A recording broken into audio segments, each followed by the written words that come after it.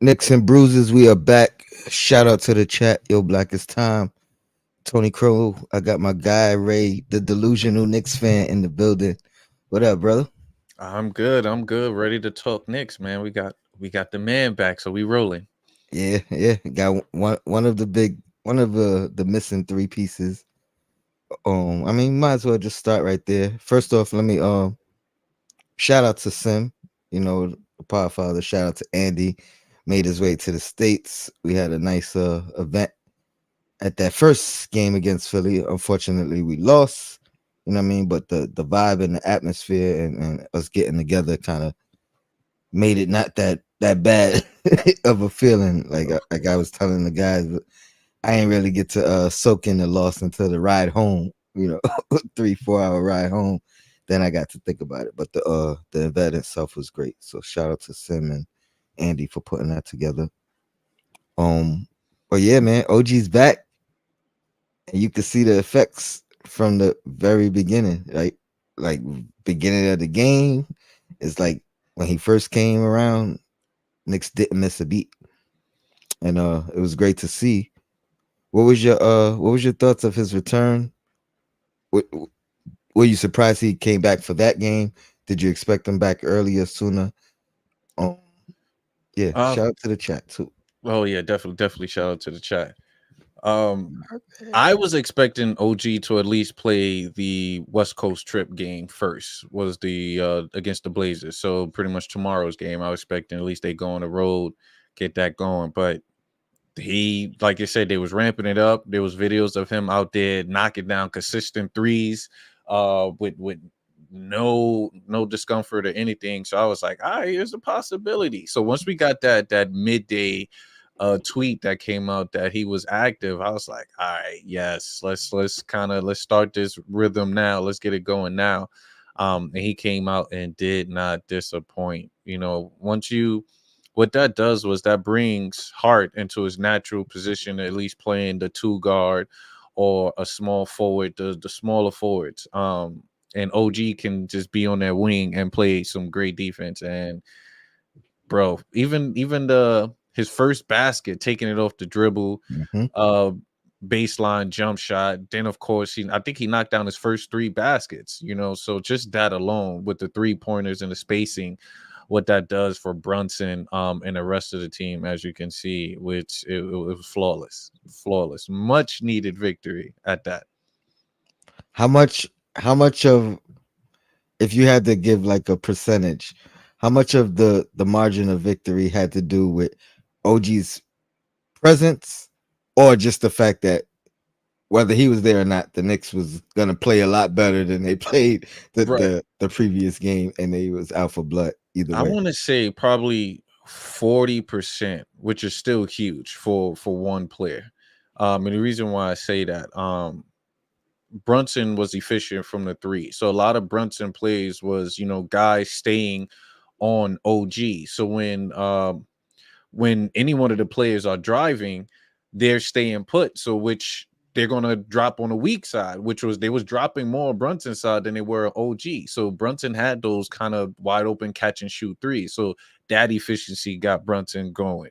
On a defensive end, when that third quarter where they try to bring it back, he was getting steals, getting it to transition, got a spin dunk.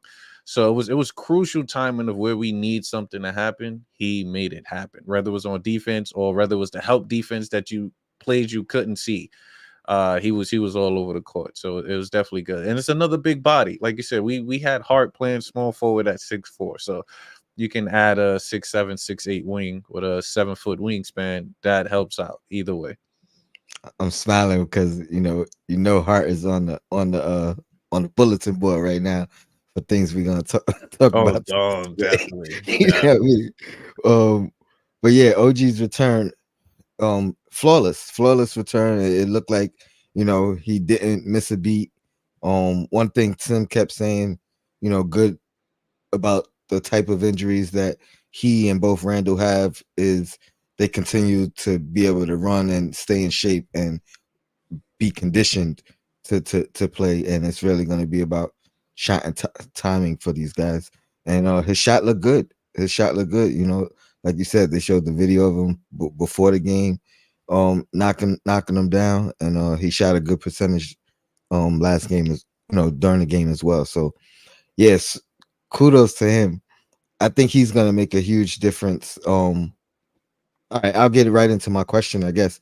Do you think OG's return uh reduces the urgency in which we need Randle's return Mm.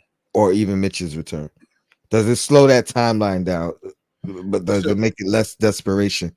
it depends on how you see it. So you can see it from two angles. My first thing, from my perspective, I would say yes, it would slow it down. You know, you bring someone that can go and get you buckets, someone that can kind of take the pressure off of Brunson and everybody else in the sense. And you saw how effective they was when he played, defensively.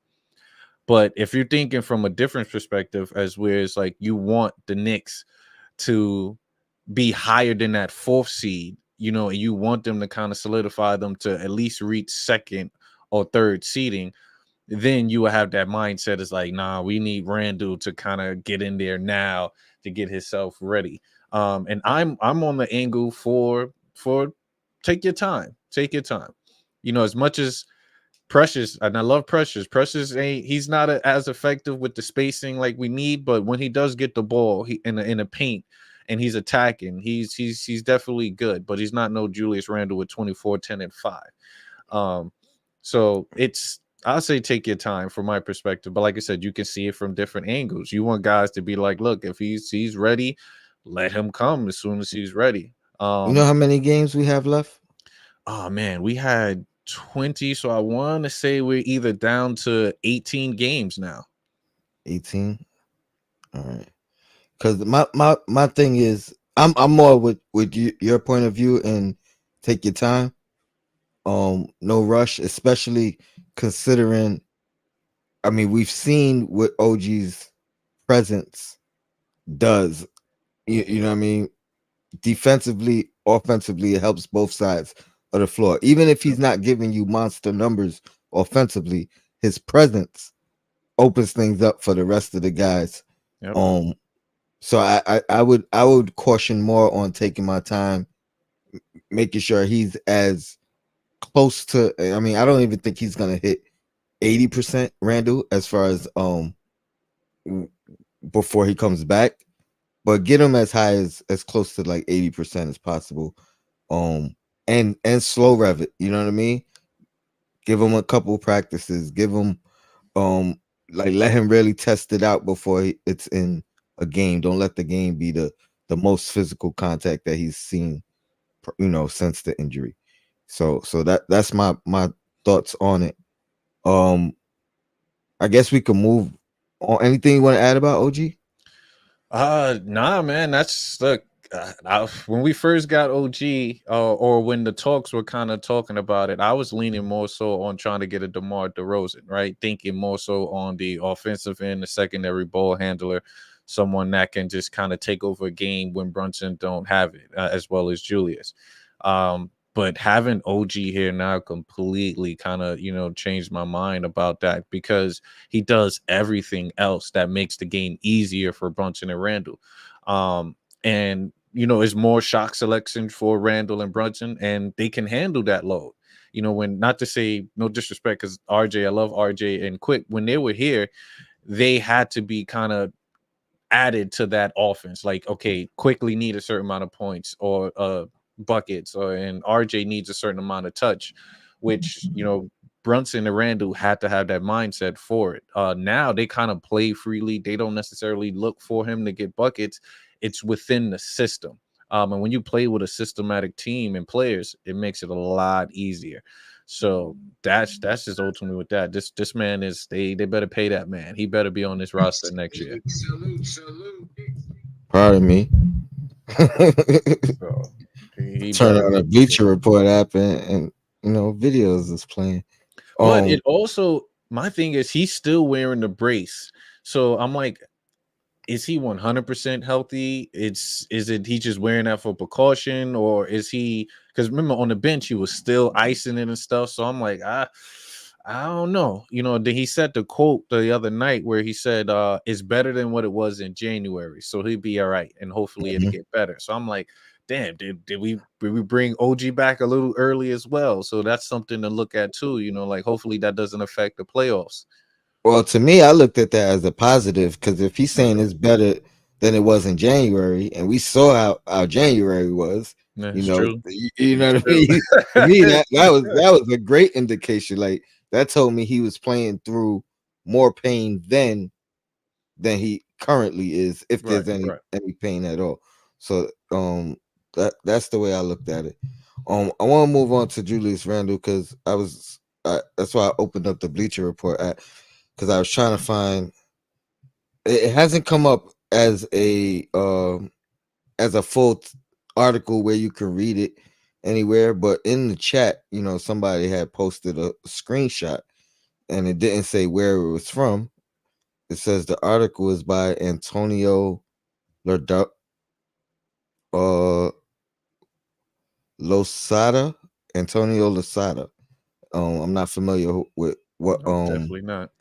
but the report says report quotes some internal concern about Julius Randle's delayed return.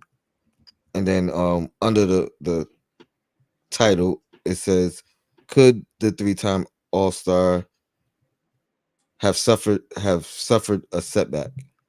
It's from March 13th, 11 a.m.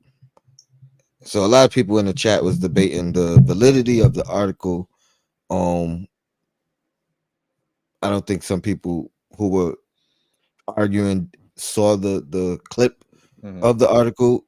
You know what I mean? But obviously, it doesn't look Photoshop. It looks legit. But it's all in question. Are you concerned about Randall not being ready yet, or um, similar to what we was just saying? Do you think it's just taking his time, slow approach? What are your thoughts? Because I really thought I thought he would be back before OG. To be honest, my personal prediction. I just had a feeling. I'm not really concerned just yet. I do know no matter what, his return wasn't intimate. Like it wasn't guaranteed. Right. Even now, it's not guaranteed. So I was always under that assumption of he's not gonna know where he is until he tests it. And obviously he hasn't got that far yet. But any concern with what I mean where he is right now? Nah, I don't have no concern. I really don't. Mainly because you still see him out doing regular things. He's going out to functions. He's shooting. So obviously you got to bring that ball up with that shooting form. So there's no grimace in his face or any of that. So they really worrying about is just the body contact or somebody bumping into it. They're taking this time. I think the ultimate goal with that is to really have Randall fresh for the playoffs in a sense, like ultimate fresh. Why bring him in now? It's 19 games. Like obviously the next 10 games, yes, to get him in rhythm, bring him in slowly. But that's not how Tibbs operate. OG literally came and played 30 plus minutes last night. So I just think that it's just, cautious for him to bring him along gradually, slowly, let him go through the workout. A couple games down close to the playoffs, bring him in fresh where there's no injury issue. Because remember, almost every year we had Julius, besides the Hawks year, he was hurt going into the playoffs. And we held that over Julius. We really held that over him. You paying poor, this or that nature. So he's gonna go into the playoffs probably not 100%, maybe 90. But I'd rather him take his time, so I'm not worried about that. I don't, and the reason why is that if it was really something crazy, I think they would have had the surgery already. They would have shut him down early to have him prepared and ready for next season. Because And you can tell they got the best doctors in the world, honestly. So they could go in and sit there and analyze and say, yeah, no, you're 100% going to need surgery, especially with the style of play that you play. So to take a risk of him, re-injuring that from him banging and stuff, I don't think the organization would do that. well, my assumption, non-medical assumption, has Mhm. always been surgery is going to be needed either way. It's a matter of doing it, early, and the timeline preventing you from being Mhm. ready, or taking the slow heal approach, and are you able to play through it without potentially risking further damage. That's always been my assumption. Right? No, I could be 100% off, and if he's good, maybe he doesn't need surgery after the season either. right. Shot Power says April 9th is the latest for his return. I All don't right. know if That sound good I, to me.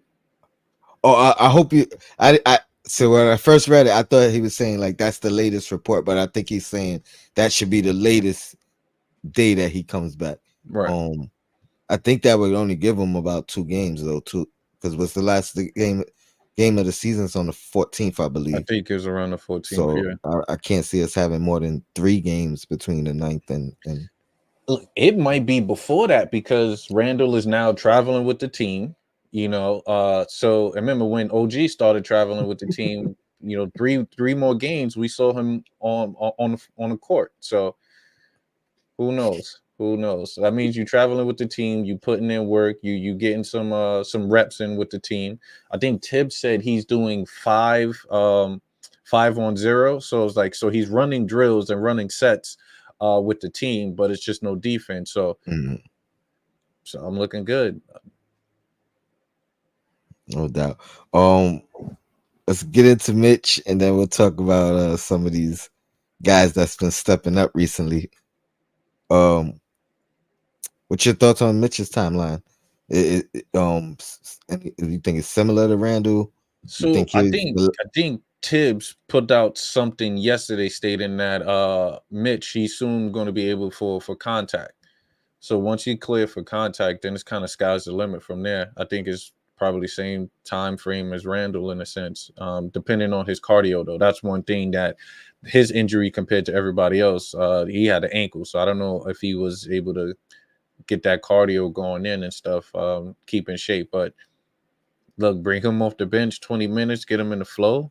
We set. So yeah, I think Mitchell is definitely maybe a late March, like maybe early March? April situation. Yeah, I hope we got. Right now, I keep pushing it back. I thought we was gonna get uh both Randall and OG by the first Philly game. That was my false prediction. But now I'm just hoping everybody's back before April. Before whatever first game we have in April, give us that full 15 days of practice games, whatever, to kind of build whatever chemistry we could build. Um, I guess this is part Mitch. We'll talk about Mitch and iHeart right now. Um, iHeart's minutes have been reduced the past couple games to about 20 minutes. 29 minutes. Do you think that is solely based off Precious? Oh, let me say not say solely, because I think number one is his Achilles. That's the number one reason Yep. why, and I'm grateful for him being reduced in the minutes for that reason, because he's missed a lot of time as well, and it's reoccurring, as of the second half of the year. But do you think Precious Achua's uh game, what I mean, like him stepping up in these minutes and moments, do you think that is part of it? Do you think Mitch's ultimate return is part of it? Because ideally, at least for me, I want them splitting the minutes the way it was, in the beginning of the year, and now you can make a decision from out if somebody needs the extra 5, extra 10 over the other. Um, and do you think this is an indication that when Mitch returns, he's starting again? Ooh. Ooh. So I'm gonna start from I the know that was last a one. So lot. I don't think Mitch is gonna start when he gets back. That'll be but then again, Tibbs, I don't know what Tibbs, but yeah, I think Hartstein was still start because the offense and how things flows. He's able to operate at the top of the key, still do those V cut passes and stuff like that. We haven't seen that with Mitch as yet. So that offense flows perfect with that. So I think our Hart will still start. Um Also with the minutes dropping, like you stated, is definitely the Achilles, 100% the Achilles. But it's also finding minutes for Bogey, finding minutes for Burke. So in certain games when we play Philly, remember Philly went with a very small lineup. Like they had Tobias at the 4, they Mhm. had that other guy that they had Nail at the 5. So they kind of went short. Then it was a one time period where they had Tobias at the 5, and the Knicks kind of went small with them. So it's really tips just adjusting to whatever lineup that they have out there, and utilizing speed or spacing at that time period. So don't forget, Bogey's been getting certain games he had 20 minutes, certain games he had 13. So Yeah, they're still 11. trying to kind of figure out and rotate him in. And then of course there was a game where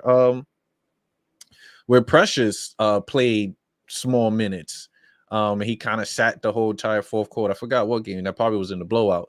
Not the blowout, the low scoring game against Philly. But he sat and had small minutes in that game. So it's gonna be a lot of that once we get healthy. It's really gonna be situational. Certain guys playing more, certain guys on the bench.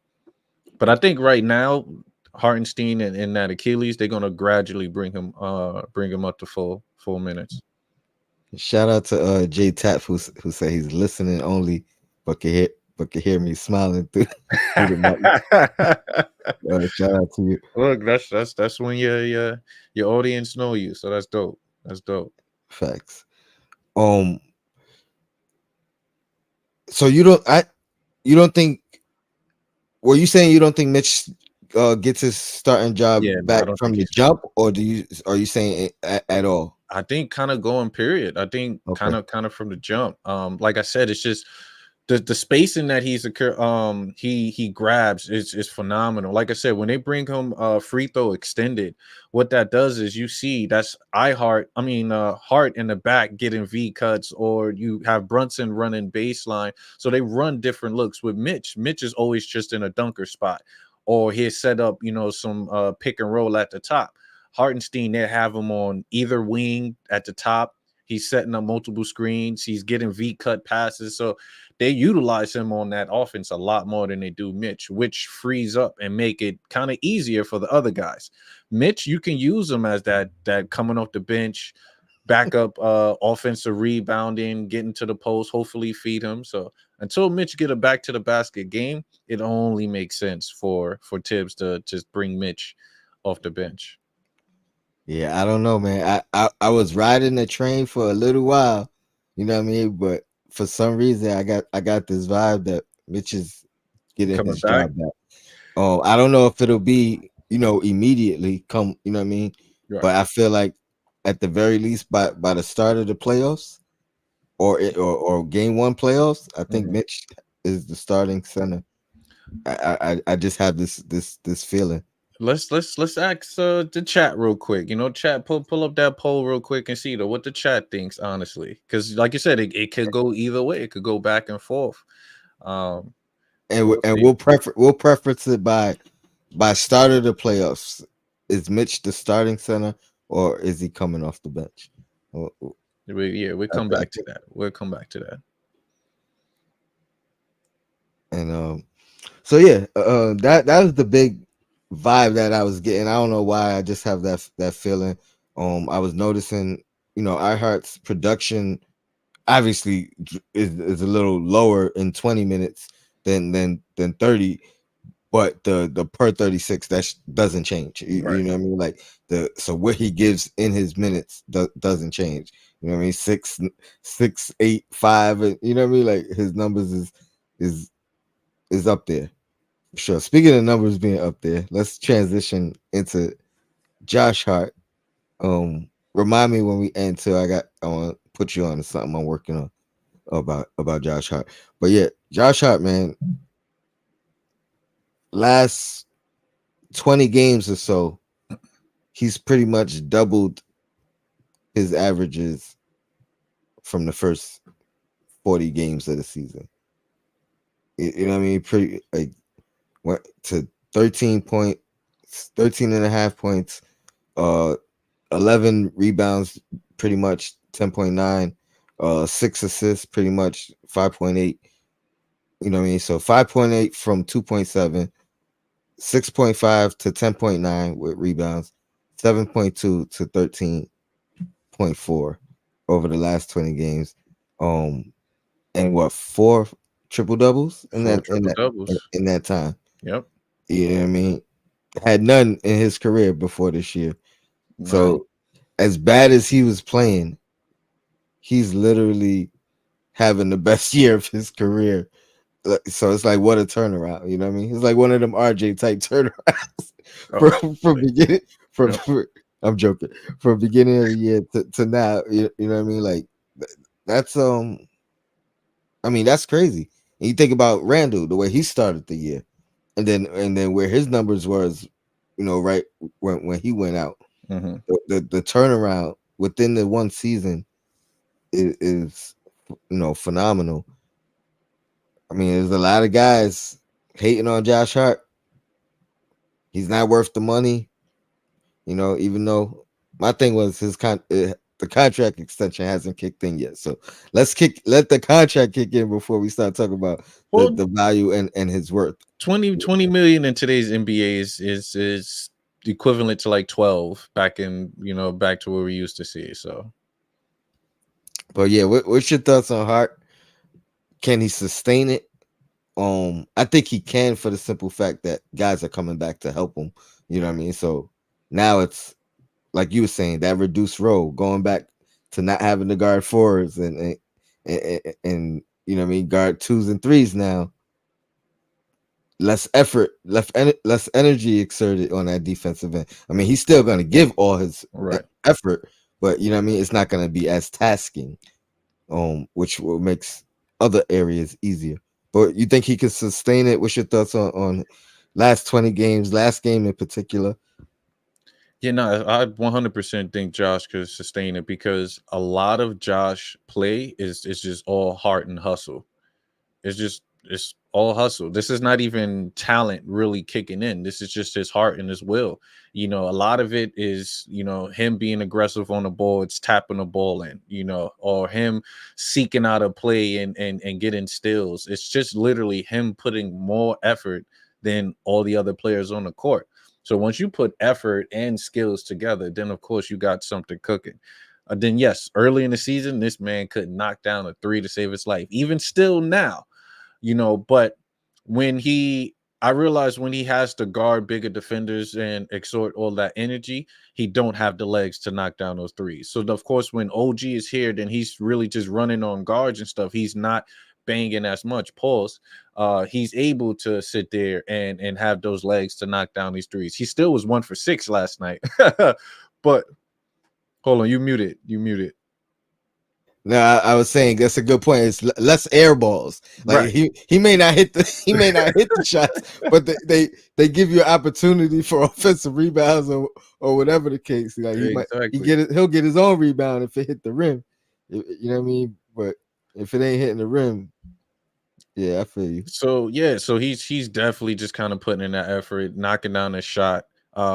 So and then of course you're literally playing 40 plus minutes a game. You gotta produce, so you gotta grab those rebounds, you gotta do that. And I commend him for that. That man got that energy. He's also a high IQ player, so he knows how to use corners, he knows how to play defense. For me, he does whine a lot with calls. That's one thing I wish he could just get back on D. He does whine to the refs. I wonder, he probably got the most texts on the team as well, right? So, but other than that, I'll take it with that heart and that energy that he brings. Because yes, there's other players that's more talented, but you have a guy like that on your team to do the dirty work. Mm. And that's something to what Jimmy Butler, even though he has the talent, which is a lot better, but he has that dog and that dirty work in him to sit there. No, I'm gonna get assists when I need to. I'm gonna play defense when I need to. But the only thing is he could just score when he needs to as well. Yeah, So I said it last year that he reminds me of a poor man's Jimmy Butler. Like to me, that's a good Hold on, how you young doing? tips. Staffer, you gotta get I, that. I like that. I might have to get me one of those. Um. So yeah, let's check in with the chat real quick. I'm assuming this one was towards you. You know what I mean. I'll let you handle that one. Oh no, I love Mitch. Yo, I got like two Mitch t-shirts and all that. I love Mitch, but you gotta see. I mean, you gotta see how the offense is flowing. This is definitely no. I wanted to keep Mitch the longest and all of that, but you coming off an injury, you winded. Like let get Mitch rolling. Let him get back into that field where he could dominate and stuff, and then bring him in. I'm all for the team. If whoever's on the court that can get us to the Eastern Conference and beyond, I'm down. If you telling me, we know this is not the case, but if you telling me that one series we got to bring Jalen Brunson off the bench to win, hey, I'm with it. It's whatever for us to win. It's you know, whatever for us to win. you know that ain't No, happening. that'll never happen. But yeah. Sure, sure. He says if Mitch can cut, he will start. The difference between Mitch and Hart is night and day. Um, I think the difference in their game is night and day for Bro, sure. only offense though. But Only they offense. impact the game. I think defense. Defensively, obviously, I think Mitch has. I think Hands down. he's way better. And then offensively, Hartenstein covers so many different areas as far as rebounding, assists. Scoring. Not at a high level, but Mhm. you know what I mean. He just covers all those areas better than Mitch does. So, um, But then I also think that sometimes that Tibbs might not allow Mitch that freedom that he does Hartenstein. So, because and that's remember probably based off of what he do in practice practice, right? and everything else. Because we Um, seen Mitch put the ball on the floor. We seen videos of Mitch pulling up mid-range jump shots, and we wonder why we don't see that in games, right? Why we yeah, don't it see was it in like games, I mean, this year we probably early on before he got hurt, we might have seen it like once every 6 games or something. You, right? you know what I mean? Where whether it was a successful move or not, you know what I mean? Mhm. Like, so I think it is encouraged internally Right, within the organization with front tips as well, but it just has to be you got to finish it. You know what I mean? You got to complete it. right, It ain't time to try it. It ain't time to practice it in the game. You know right, what I mean? So practice it in practice, perfect it. Now you can utilize it. So I'm pretty sure the fact that we've seen it the most this year than ever before, um, that he's been successful in it in some aspects at practice. right. Shot Power says Brunson, DiVincenzo, OG, Heart, Randle, second unit, Josh Hart, Deuce, Precious, Mitch. So he's rocking with you on that one. Let's see. Jay Williams said, after playing 2 games, Mitch starts. We've seen this many times. Well, hey, look, we see what when Mitch when he started. What was the year he came off the ankle surgery? Came back swole. He didn't even go through training camp. First game they threw Mitch in there. First game threw Mitch. I That's think Mitch played like 30 minutes. So you never know. You never know. Brooklyn Bush, she says Mitch is definitely coming off the bench. All right. The Q so I wish you Mitch haters would stop thinking iHeart is better than Mitch. Let's see how good iHeart looks without OG and Precious. I mean, we've seen them without one of them at the very least. And what I will say is he's super valuable, regardless of like I'm not putting them against each other. Like I want them both moving forward. Yeah, Pause. You know what I mean? Like I want us to find a way to keep iHeart, and I think having both of these guys able to split minutes is the best way for both of them to be successful. Because obviously that Achilles thing is not going away, Nope. and the only thing that helps it is rest, and the minutes, almost doubled once Mitch went out. You know what I mean? So I think that attributed to, what I mean, his problems, during the season. And then Mitch, regardless of whether he's healthy or not, I think the best option is playing him in smaller spurts. I don't want him playing 30 plus minutes ever. You know what I mean? I Not mean, I ever. wouldn't say all of that. I think playoff time come if we going against a Jokic or someone. I would rather have Mitch on them or something like that. And you heard what I went there with that, right? He like, wait, the playoffs playing Jokic. But I want him to be. I don't want him. I don't know. I just like the idea of them splitting minutes, and then being able to dictate from game to game. All right, tonight you might get plus 10. Right. Tonight you might get, what I mean, plus 5. It all depends on matchup, honestly. It all depends on the matchup. Stafford in the building. Salute. I see you. Oh, he said he need one of them t-shirts too. All right. Guess we could talk about Precious, man. It's been a lot of unsung heroes on this team this year. You know what I mean? Like for sure. Trav B, I see you. Precious. I mean, I don't even know who you would rate in what order. Let's try to figure that out. Unsung heroes so far this season. Top 3. The first one I'm gonna give you is Coach Tibbs.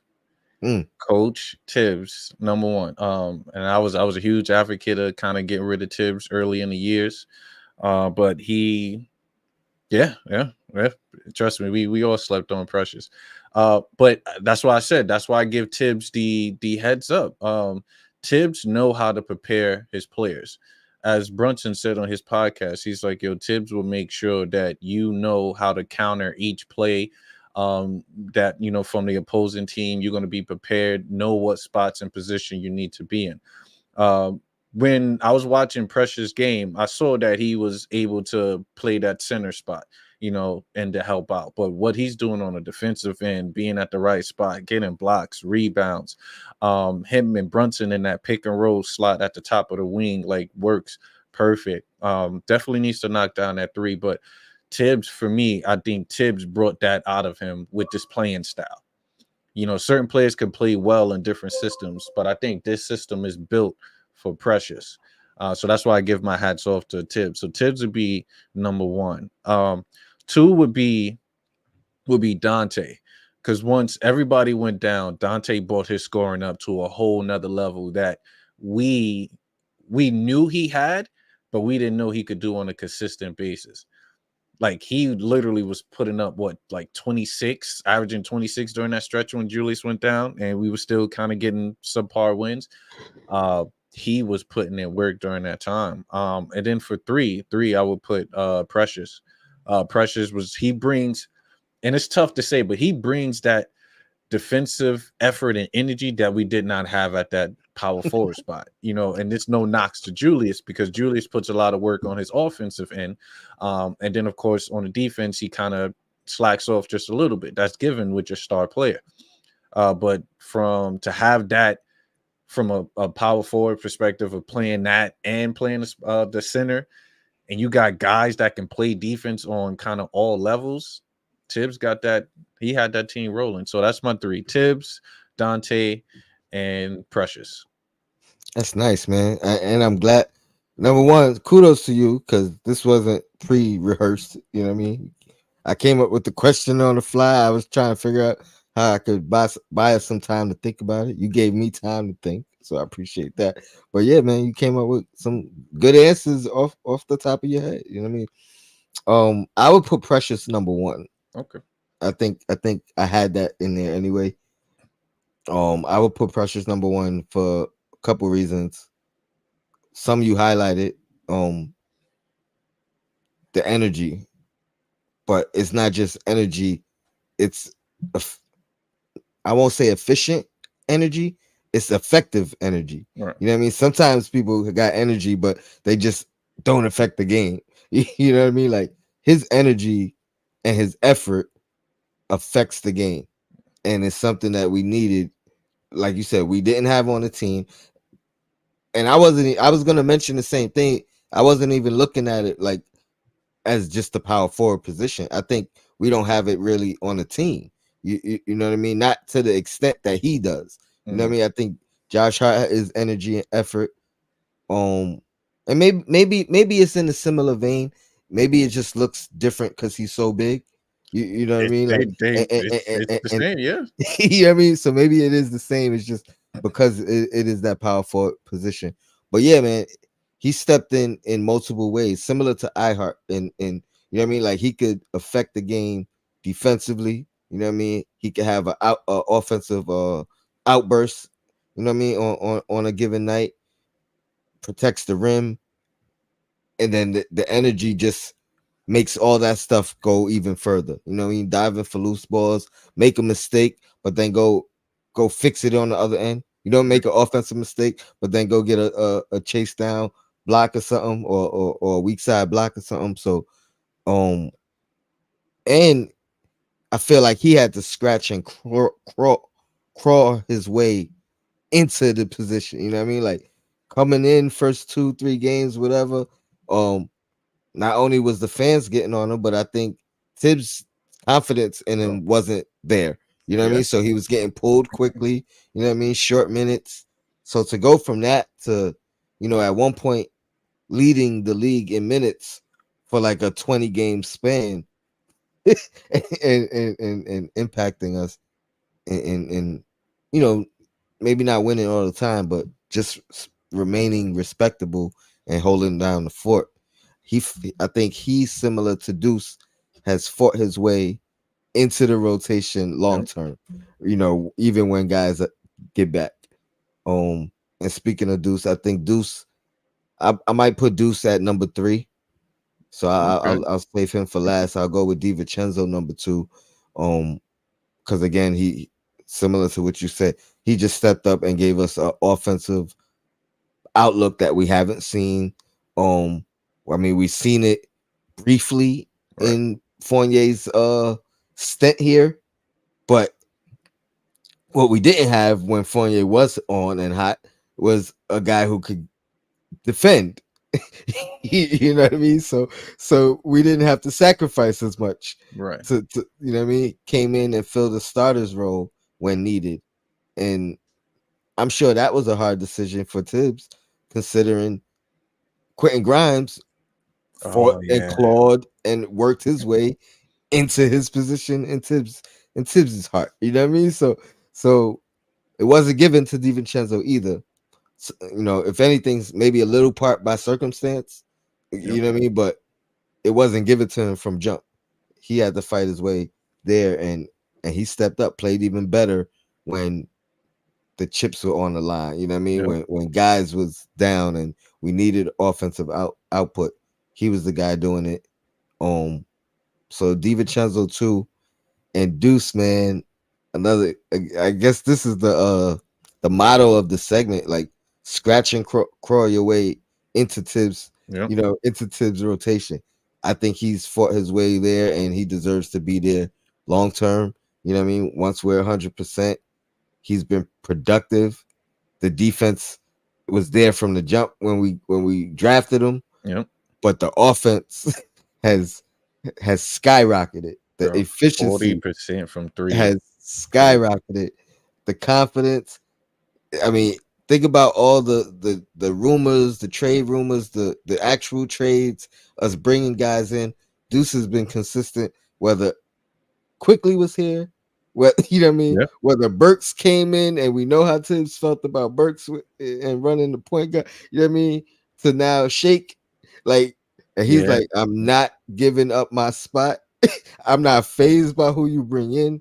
They gonna have to take it from me, and I don't think they can. You know what I mean? yeah, So Deuce, man, I think those 3 guys are like the unsung hero. But you can make an argument for iHeart in there and yeah, Mitch's departure. You know what I mean? Like, and you could argue him at any spot, 1, 2, or 3. You know what I mean? You could make an argument for Josh Hart in there. That is true. Yeah. Maybe not at one, but but he can make the top three. Like you can make an argument for all these guys as um unsung heroes, man. This has been a blessing of a season, even with all the injuries Even and with the like injuries, yeah. it's building character, it's building trust for players and Tibbs, and I think we're gonna see. I hope we're gonna see an expanded rotation. Um, maybe not every game, Hmm. but when needed, you know what I mean. There's no reason for anybody to be exhausted because everybody in the starting lineup has a legitimate guy who could come in and fill minutes, whether it's a 5 minute break you need, or like whatever they need to Right. get that full rest. I think we got somebody at every position that can do it. So uh Well, kudos to the Tibbs still front a office. menace, so you never know. He is Yeah. still a menace. Anything you want to highlight or reference talk about before we get out of here? Well, you was talking about the minutes. The minutes is definitely going to be huge coming down the stretch. So depending on what our records are and the seedings are, I'm really hoping that if we're locked at fourth place, or fifth place, I'm hoping fourth, and we got like 5 games left. Like if we lose all five, we still in fourth. I think that you have the bench play, have the bench play, Really? rest your play. Oh yeah. I mean, if we can't lose seating, let these guys kind of get Nah, rest. nah. Let Brunson rest up, let I Jules disagree. rest up. I disagree 100% because I want us to play as many games together. Hmm. You know what I mean to figure out the full dynamic, the full capability of you know what I mean of what we could do We look, as a we whole. got a glimpse I of don't that want to in try to. I don't want January. to. I don't want. I don't want to do that and then come face a team in the first round who's been on a streak and had to win Nah, we got 5 in a row, 7 in a row to get to where you know what I mean. Like that's what we got practice so for, so Tone. so if they can play, I want them. I want them to. You want I them want out? them. Okay, Yeah, Tone it don't wants got to be them out. 38 minutes. You know what I Right, mean? right. You know what I mean? Okay. I hear what you're saying. But give them a good 15 minutes in the first half. You know what I mean? Right. That's not bad, and then you could rock out. So, but then, yeah, I would take that approach as like if we already have the seeding locked, then it's 4 games left, 5 games left. Let's give the other guys some burn, let them get some minutes because ultimately we still got to see what we got in Bogdanovich because he's still on the roster for next year. Unless obviously they're going to utilize him for a trade. So Shake, we need to figure out what we're going to do with Shake.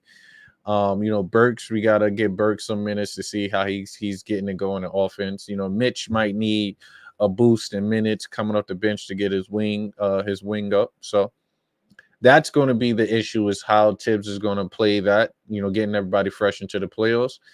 And then what is going to be that starting lineup for the playoffs? What's going to be the rotation? Will he extend it to 10 guys? Will he keep it at 9? Will he ultimately go to 8? Doubt he'll go that low, but what are going to be the rotation? That's going to be something to kind of think about going forward. I got a random hypothetical. I'm gonna leave it to down the stretch. I won't even talk about the playoffs.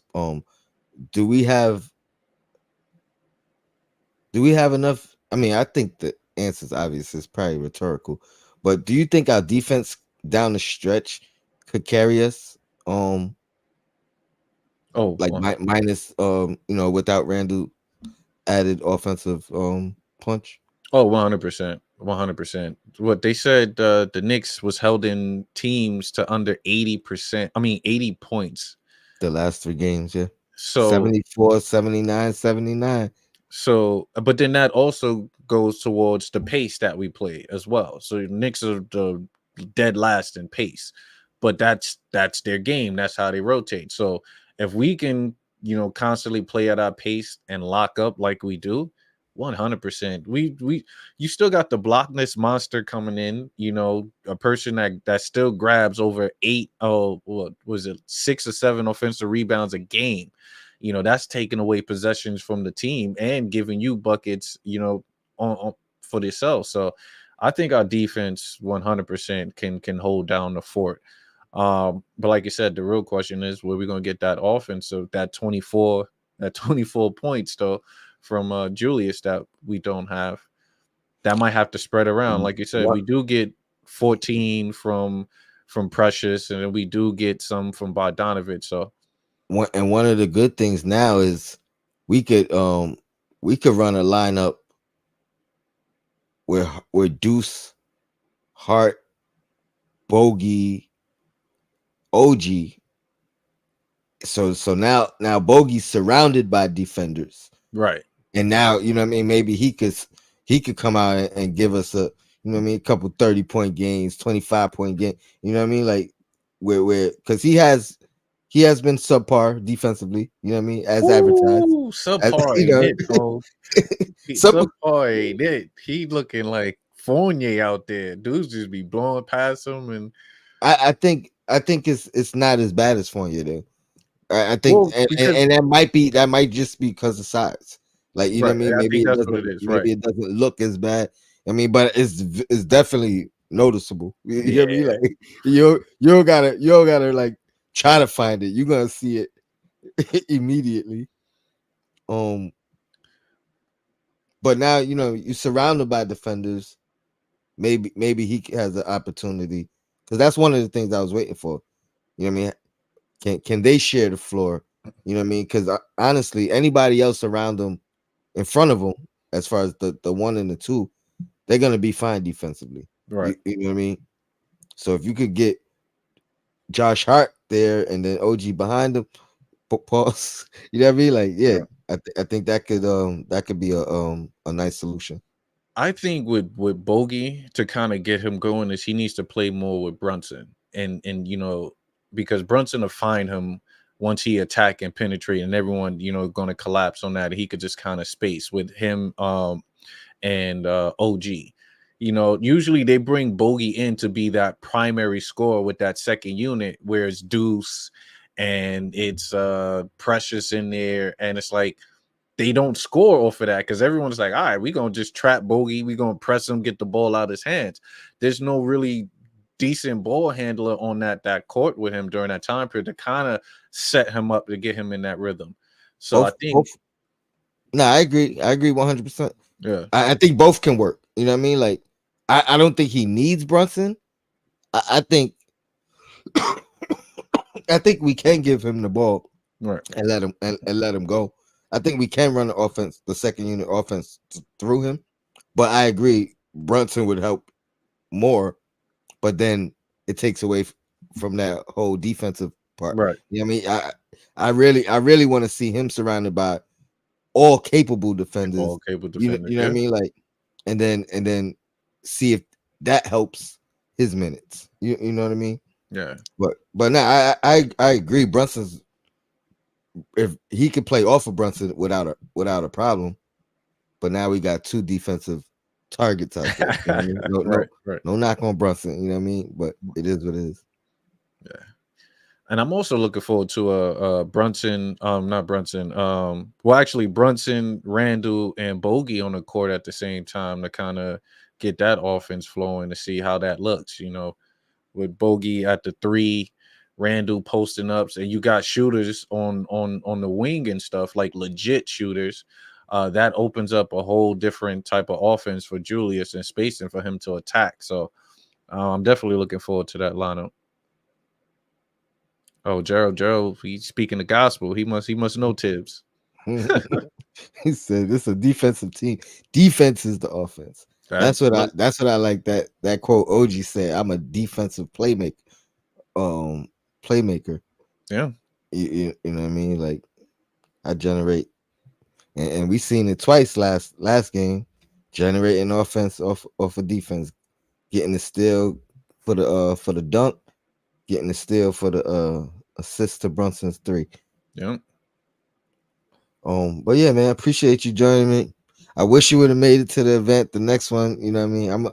I'm gonna start hitting you personally just to get the timeline, see Look, if you man, that's when you text get me, I down the always line. respond though, That's a 100%. fact. That's a So fact. let me You know. know, we just be running around trying. I'll be trying to figure out my schedule at work, make sure I could go to these. Right. So but nah, man, you gotta make one of these. Make one of these for sure. Chat as Definitely. well, man. Anybody who missed it, anybody who was there, salute. But yeah, when we do these events, and even the watch parties at Legends be it just be such a vibe. It's worth the trip for me, and I come from 3.5 4 hours away. But yeah, I'm gonna wrap it up for tonight. We play tomorrow. I should be on the post game. Should have the losers lounge ready to go. Yep. Late night game, 10 o'clock. So you guys I, better I, tune in. I Tune love it. in. I love it. I get to see every game during this stretch, Dope, no dope, matter, no dope. matter how late I get out of work. Oh man. Well, yeah, man. Salute you. Stay on for a few minutes. I'm gonna get out of here though. Your Black is time. Shout out to the chat. Appreciate y'all tuning in as always.